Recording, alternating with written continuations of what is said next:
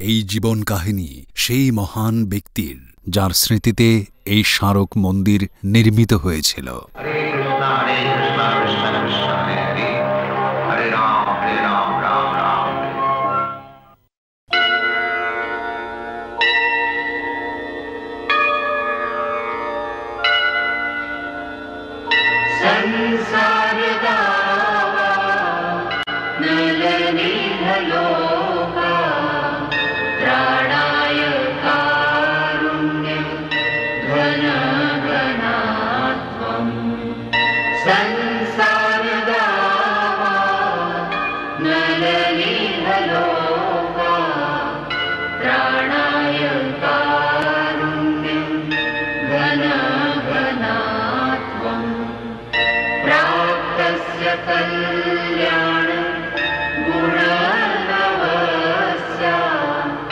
वन्दे गुरो श्री चरणारविन्दम् वन्दे गुरो श्री चरणारविन्दम् वन्दे गुरो श्री चरणारविन्दम् वन्दे गुरो श्री चरणारविन्दम् वन्दे गुरो श्री चरणारविन्दम्।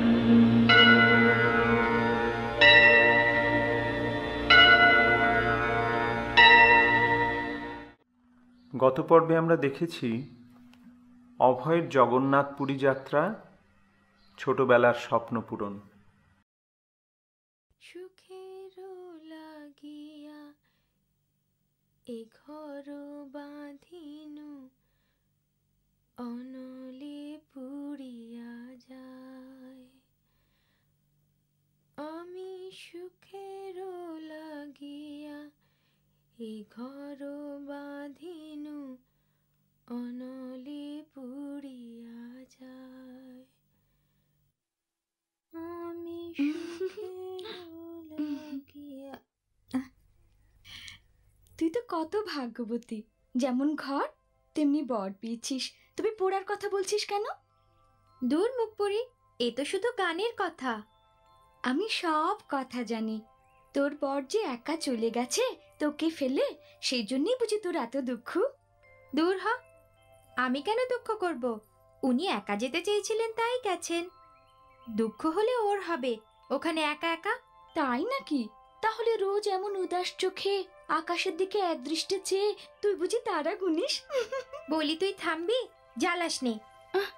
তাহলে ওঠ না, চল বাগানে দোলনা খাটিয়ে দুজনে একসঙ্গে দুললি। না না, আমি যাব না। চল না সই। তুই যা না ভাই। চল না লক্ষ্মীটি। বললাম তো যাব না, তুই যা। আচ্ছা চল তো, আমরা দোলনায় বসে গল্প করব।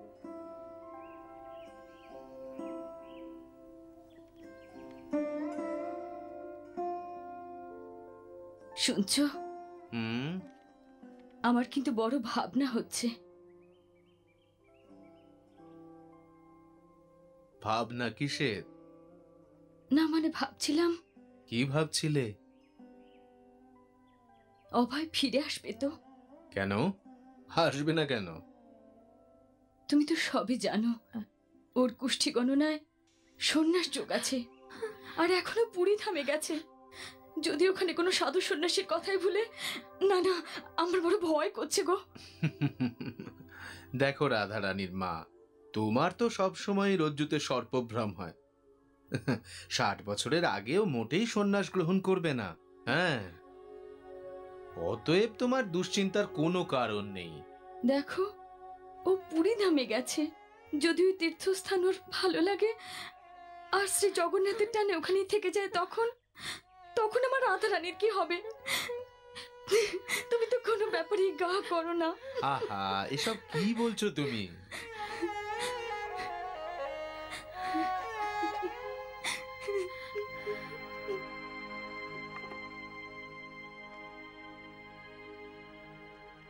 ওহ, কি ভাবনাতেই না ফেলে দিয়েছিলে। সেই কখন থেকে ঘর বার করছি। মাফ করবেন, আমি আপনাদের বড় অসুবিধে ফেলছি। তুমি এসে গেছো? অসুবিধে কিসের বাবা? তুমি আসবে বলে আমরাও তো এখনো পর্যন্ত খাইনি। কাকিমা, আমার খিদে নেই, আপনারা খেয়ে দিয়ে শুয়ে পড়ুন। কোনো ভয় নেই অভয়, আজ মাছ মাংস কিচ্ছু হয়নি। উনি ঠিক বলেছেন বাবা, আমি নিরামিষ রান্নাই করেছি। মাফ করবেন, কিন্তু আমি দেখো অভয়, তুমি না খেলে তোমার কাকিমা কষ্ট পাবেন। উনি সেই সকাল থেকে তোমার জন্য কত রান্না করেছেন। তুমি সারাদিন অভুক্ত আছো ভেবেই আমার খারাপ লাগছে। আমায় ক্ষমা করবেন, আপনাদের মনে কষ্ট দিতে আমি চাইনি, কিন্তু আমিও খাবার খেতে পারবো না, কারণ আপনি ওই বাসনেই মাছ মাংস রান্না করেন।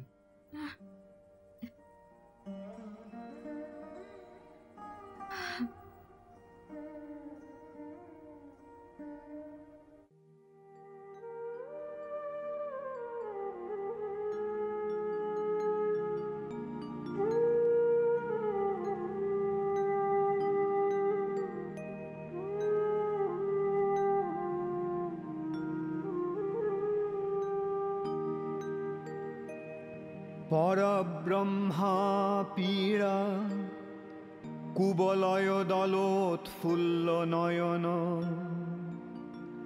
নিবাসী নীলাদ্রৌ নিহিত চরণনন্ত শিরসি রসানন্দী রাধা সরস বপুরালিঙ্গন সুখ জগন্নাথ স্বামী নয়ন পথগামী ভবাতু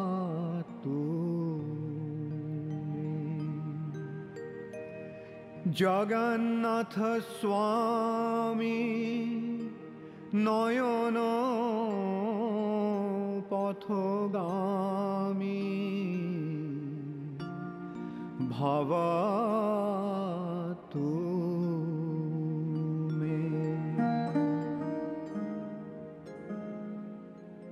অপূর্ব, সত্যিই অপূর্ব। কি চমৎকার গলা আপনার! তার কারণ সমগ্র জগতের সব সৌন্দর্য শ্রী জগন্নাথ দেবের থেকেই উৎসারিত।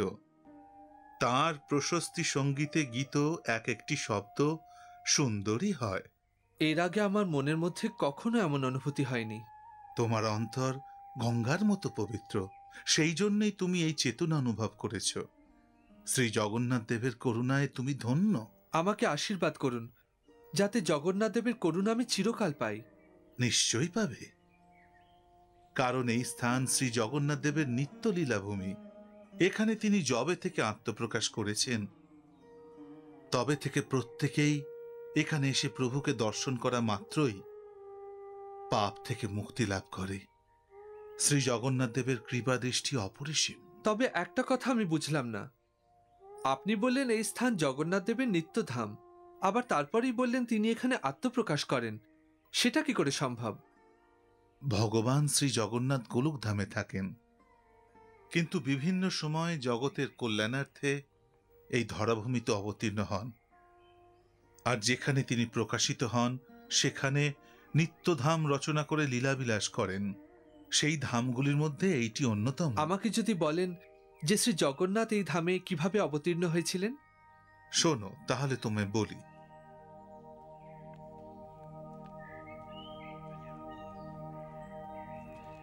সর্বোত্তম ভগবান শ্রীকৃষ্ণই শ্রী জগন্নাথ দেব।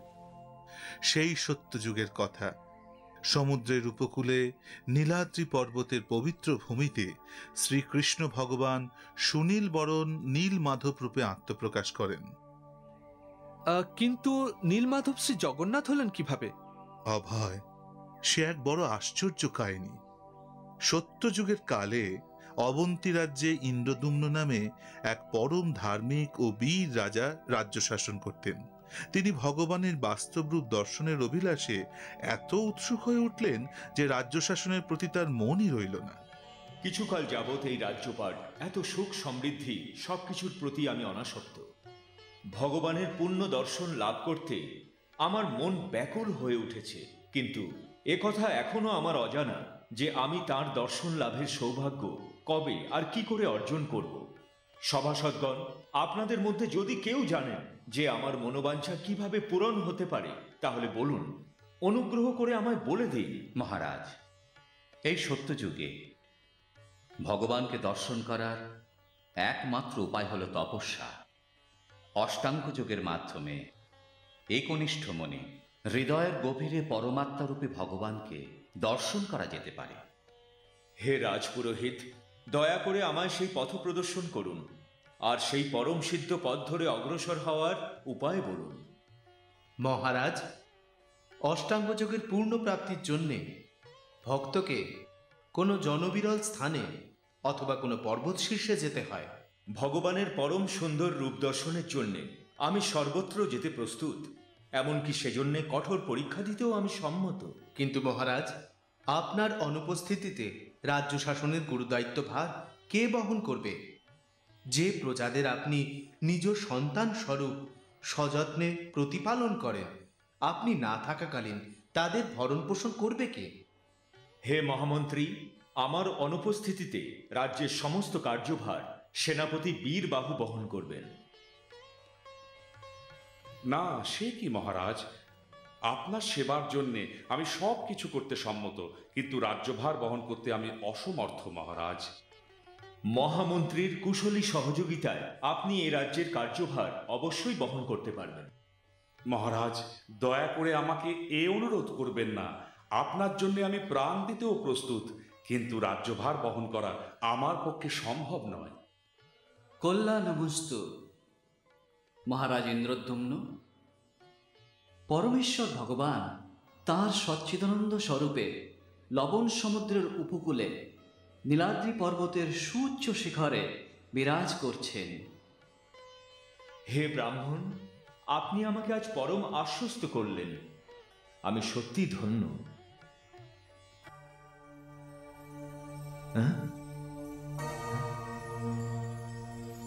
কোথায় গেলেন সেই ব্রাহ্মণ? একটু আগে তো এখানেই ছিলেন, এখন আর দেখতে পাচ্ছি না। মহারাজ, ভগবানের অসীম কৃপাগুণে এই শুভ সংবাদ আমরা সবাই শুনেছি। সভায় উপস্থিত ব্রাহ্মণগণ, আপনারা চতুর্দিকে গিয়ে অনুসন্ধান করুন যে নীলাদ্রি পর্বতের শিখরে শ্রী নীলমাধব কোথায় বিরাজ করছেন, আর যত শীঘ্র সম্ভব সেই সুসংবাদ মহারাজকে এসে বলুন। মহারাজ, আমরা চতুর্দিকে গিয়ে শ্রী নীলমাধবের অন্বেষণ করব। আমি পূর্ণ বিশ্বাসের সঙ্গে বলছি যে খুব শীঘ্রই শ্রী নীলমাধবের সন্ধান আমরা পাব।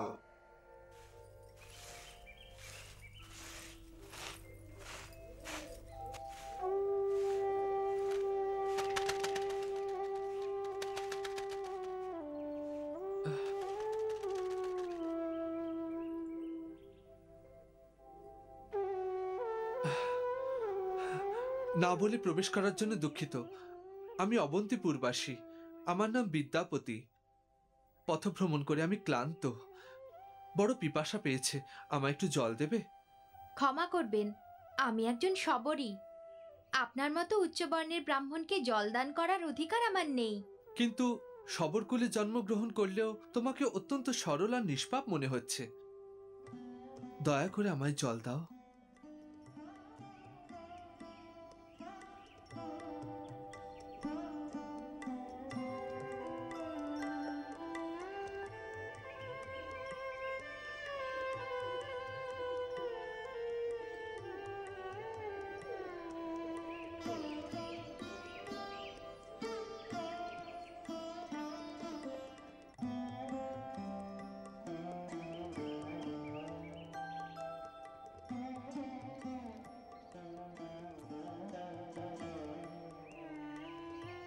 আমার বাবা এখনই এসে পড়বেন। অনুগ্রহ করে তিনি আসা পর্যন্ত আপনি অপেক্ষা করুন। ওই তো বাবা।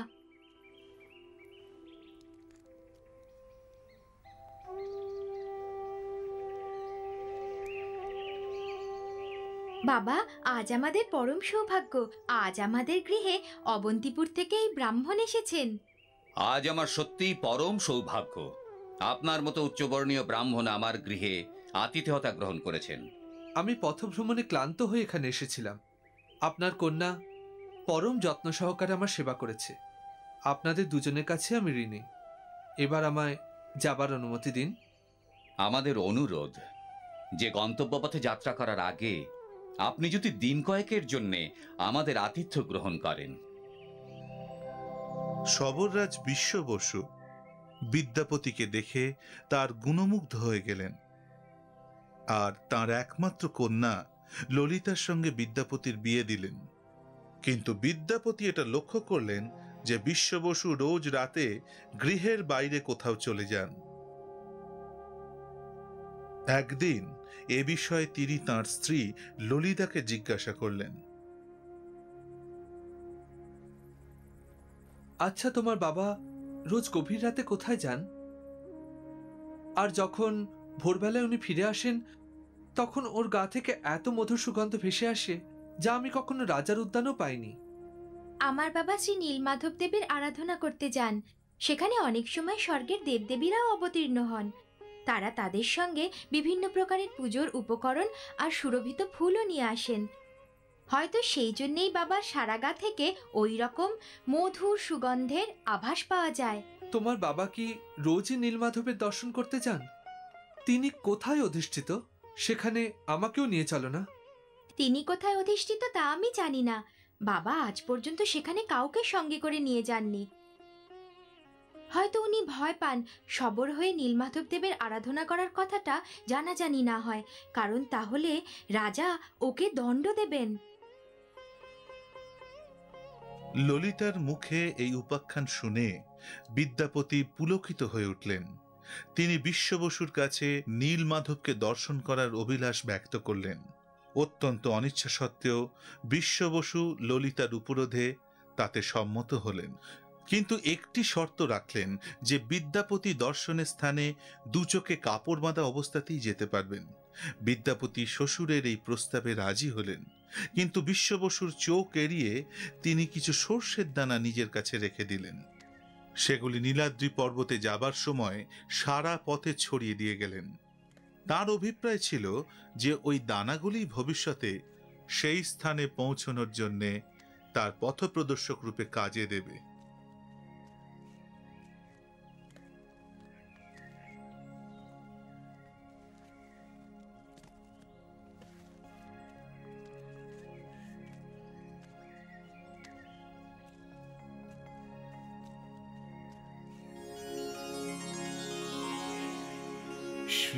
श्रीगोविन्दं घनश्यामं पीताम्बरधरं परं श्रीनन्दनन्दनं नौमि श्रीगोपीजनवल्लभम्।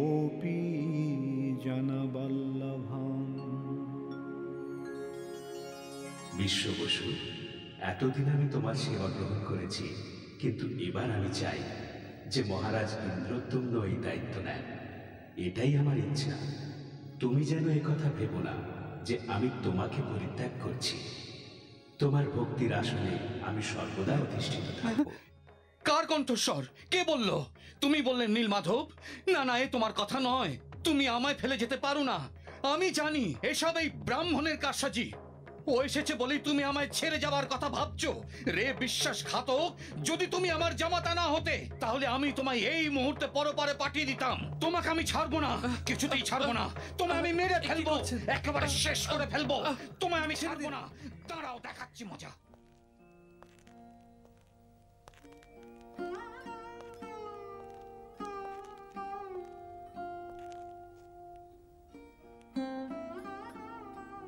দুমাস কেটে গেছে। রাজ্যের সমস্ত শ্রেষ্ঠ ব্রাহ্মণ আবার ফিরে এসেছেন, কিন্তু একজনও শ্রী নীলমাধব দেবের সংবাদ আনতে পারেননি। মহারাজ, আপনি হতাশ হবেন না। প্রধান পুরোহিত ব্রাহ্মণ শ্রেষ্ঠ বিদ্যাপতি এখনো এসে পৌঁছননি। তিনি নিশ্চয়ই শ্রী নীলমাধব দেবের সংবাদ নিয়েই আসবেন। এ কি বাবা, উনি কোথায়? সেই প্রতারকটা, আমি তাকে গাছের সঙ্গে বেঁধে রেখেছি। ও আমার সঙ্গে ছলনা করেছে, আমার নীলমাধবের আরাধনায় বাধা সৃষ্টি করেছে, কিন্তু আমি বেঁচে থাকতে তাকে কিছুতেই হবে না।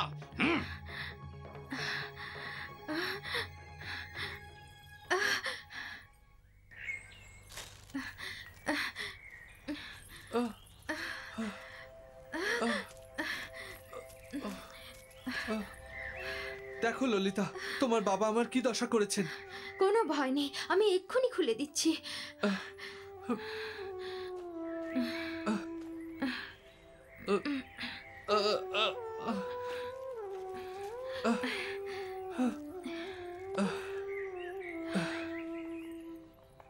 তুমি আমার প্রাণ রক্ষা করলে, তোমার এই ঋণ আমি কোনোদিন ভুলবো না। তোমার জন্যেই আজ আমি নবজন্ম লাভ করলাম। আজ তুমি না এলে এই নিশুতি অন্ধকার অরণ্যে আমি হিংস্র সাপদের শিকার হতাম, নয়তো অনাহারে প্রাণ ত্যাগ করতাম। আমায় এখনই অবন্তিপুরে গিয়ে মহারাজ ইন্দ্রদ্যুম্নকে শ্রী শ্রী নীলমাধবের কথা জানাতে হবে। তারপর আমি নিজে এসে তোমায় নিয়ে যাব। যাবেন না, শুনুন শুনুন। মহারাজ! বিদ্যাপতি! মহারাজ! বিদ্যাপতি! মহারাজ, আমি শ্রী শ্রী নীলমাধব দেবের সন্ধান পেয়ে গেছি। শীঘ্র বলুন, কোথায় আমার শ্রী নীলমাধব? এখনই আমায় তার কাছে নিয়ে চলুন। তাকে দর্শন করে আমি আমার ইহজন্ম ধন্য করতে চাই। তিনি নীলাদ্রি পর্বতের শিখরে এক দিব্য মন্দিরে বিরাজ করছেন। চলো চলো, সকলে মিলে গিয়ে শ্রী নীলমাধবকে এখানে নিয়ে আসি। এসো। সর্ষের বীজ অঙ্কুরিত হয়ে ততদিনে কিশলয়ে পরিণত হয়েছিল। সেই কিশলয় অনুসরণ করে বিদ্যাপতি রাজাকে নিয়ে সেই স্থানে পৌঁছলেন।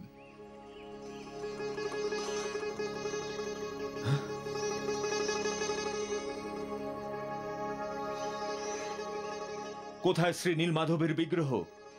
কোথায় গেল সেই দিব্য বিগ্রহ? এ নিশ্চয়ই এই সবর বিশ্ব বসুর কুকীর্তি। বলো বলো তুমি আমায়, ভগবান নীলমাধবকে কোথায় লুকিয়ে রেখেছো? কোথায় লুকিয়ে রেখেছো? সমস্ত অঞ্চল ঘিরে ফেলো, প্রতি গৃহে গিয়ে খোঁজো। কাউকে ভেতরে ঢুকতে দেবে না, আর কাউকে বেরোতেও দেবে না। আমিও দেখছি কতদিন এই সবরকুল ভগবান নীলমাধবের সংবাদ চেপে রাখতে পারে। যাও। শ্রী শ্রী নীলমাধব দর্শনের তীব্র ইচ্ছার কারণবশত রাজা তার সেনাবাহিনীকে শবরদের গ্রাম ঘেরাও করার আদেশ দিলেন। সৈন্যগণ প্রতি গৃহে প্রবেশ করল, নারী শিশু ব্যতি রেখে সবার উপর চাপ সৃষ্টি করে নীলমাধবের অনুসন্ধান করার চেষ্টা করল, কিন্তু তারা কোথাও তাকে পেল না। একদিন গভীর রাত্রে স্বপ্নাবেশে রাজা শুনতে পেলেন, রাজা ইন্দ্রদ্যুম্ন, তুমি নিরীহ সবরকুলের প্রতি কেন এত নির্দয় হচ্ছ? এখন থেকে আমাকে নীলমাধব রূপে তুমি আর দেখতে পাবে না। আমি এখন একটি কাষ্ঠখণ্ড রূপে সমুদ্র থেকে উত্থিত হব, আর আজ থেকে তুমি আমার এই রূপেরই পূজার্চনা করবে।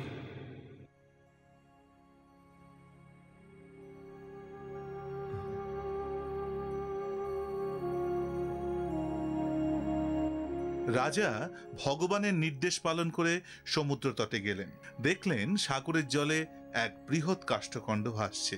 মহা উৎসাহে তখনই সেটি তীরে নিয়ে আসার ব্যবস্থা করলেন, কিন্তু ব্যর্থ হলেন। তখন তিনি তার বলশালী সৈনিকদের আদেশ দিলেন, কিন্তু তারাও অসফল হল।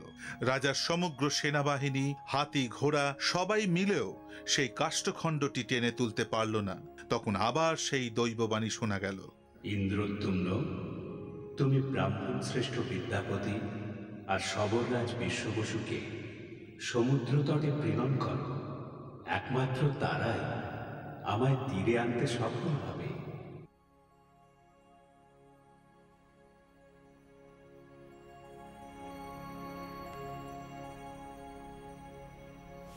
বিদ্যাপতি, আপনি বিশ্ব বসুকে নিয়ে এখনই যান, আর সমুদ্র থেকে ওই দৈব বৃক্ষটি নিয়ে আসুন, যার মধ্যে নীলমাধব বিরাজ করছেন। যান। যথা আজ্ঞা।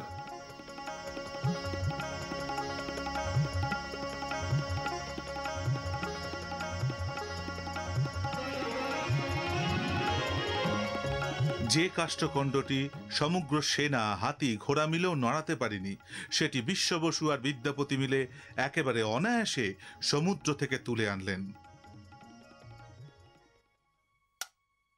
একের পর এক কারিগর এলো, তারা ক্রমাগত চেষ্টা করল, কিন্তু যেই তারা ছেনি বাটালে দিয়ে কাষ্ঠখণ্ডটির গায়ে আঘাত করতে গেল, অমনি তা দু টুকরো হয়ে মাটিতে পড়তে লাগলো। অবশেষে যখন রাজা একেবারে নিরাশ হয়ে পড়লেন, তখন এক বৃদ্ধ কারুশিল্পী এলো, আর সেই অশীতিপর বৃদ্ধ তার কাঁপা কাঁপা দুটি হাত জোর করে রাজাকে স্বনির্বন্ধ অনুরোধ করে বলল, মহারাজ, আমি এই কাষ্ঠখণ্ড থেকে ভগবানরূপী বিগ্রহ নির্মাণ করতে পারি, তবে আমার একটি শর্ত আছে। যতদিন আমি কাজে নিযুক্ত থাকব ততদিন দ্বার বন্ধ থাকবে। তার পূর্বে যদি কেউ দ্বার খুলে দেয় তবে আমি কাজ অসম্পূর্ণ রেখেই চলে যাব। আপনার শর্ত অবশ্যই পালন করা হবে।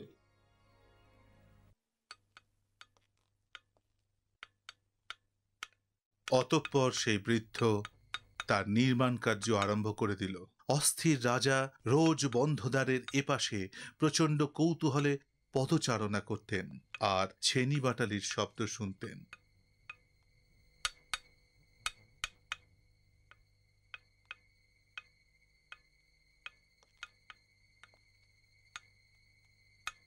একদিন যখন রাজা বাইরে উৎসুক চিত্তে কার্য সমাপনের জন্য প্রতীক্ষা করছিলেন,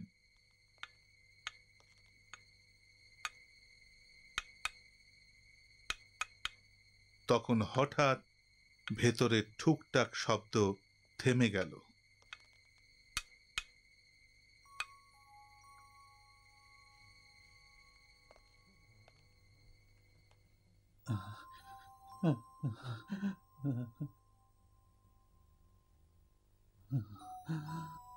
অদম্য কৌতূহলে রাজা শর্তের কথা ভুলে গিয়ে দ্বার খুলে সেই দেবালয় কক্ষে প্রবেশ করলেন।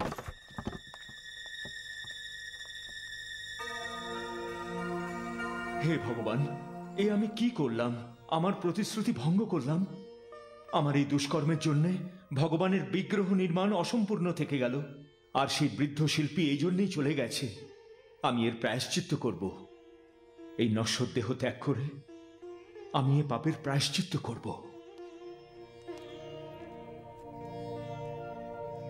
রাজা তখন সেই অসম্পূর্ণ শ্রীবিগ্রহের জন্য নিজেকেই দোষী করতে লাগলেন। প্রায়শ্চিত্ত স্বরূপ তিনি প্রাণ বিসর্জন দেওয়ার ব্যাপারে মনস্থির করলেন আর অন্ন জল ত্যাগ করলেন। রাজমুকুট পরিত্যাগ করলেন, বহুমূল্য রাজবেশও বর্জন করলেন।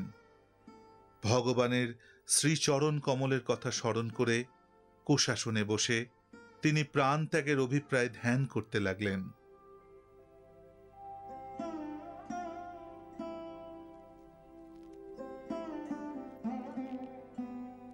এখন উপায় কি? গত 3 দিন যাবৎ মহারাজ জলস্পর্শও করেননি। উনি চান এইভাবেই প্রাণ বিসর্জন দিতে। ইন্দ্রদ্যুম্ন, এ কথা ভেবো না যে বিগ্রহ নির্মাণের কাজ অসম্পূর্ণ থেকে গেছে।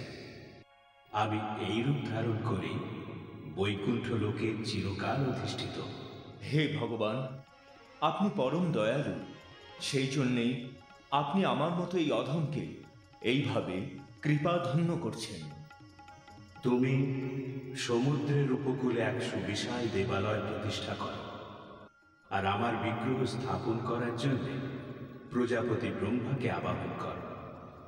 আমি এখন থেকে এই রূপ ধরে সমগ্র জগতের ঈশ্বর অর্থাৎ জগন্নাথ নামে পূজিত হব।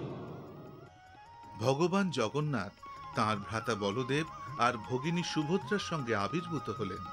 এই রূপকল্পে তাঁর 2 হস্ত সম্মুখের দিকে প্রসারিত, অর্থাৎ তিনি তাঁর ভক্তের যে কোনো মনোবাঞ্ছা পূরণ করতে সর্বদা তৎপর। একই সঙ্গে যেন ভক্তপ্রেমের কাঙাল তিনি।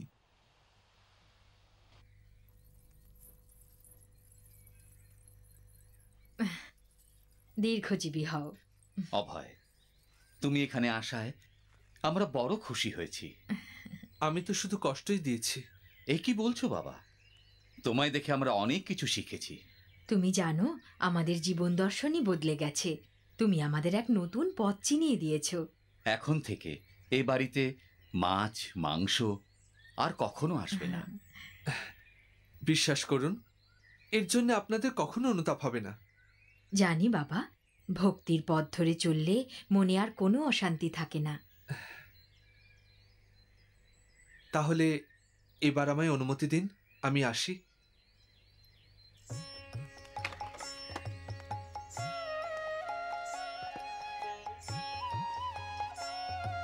সত্যি এই এতটুকু বয়সেই এত জ্ঞান। গণক ঠাকুর ঠিকই বলেছিলেন যে একদিন অভয়চরণ এক মহান ধর্মপ্রচারক সন্ন্যাসী হবে।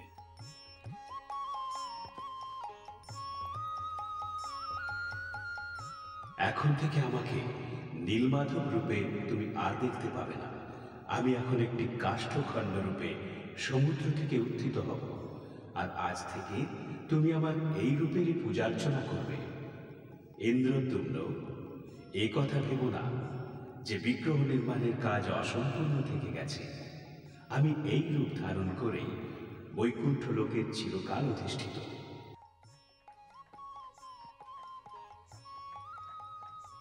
তুমি সমুদ্রের উপকূলে এক সুবিশাল দেবালয় প্রতিষ্ঠা কর, আর আমার বিগ্রহ স্থাপন করার জন্য প্রজাপতি ব্রহ্মাকে আবাহন করো।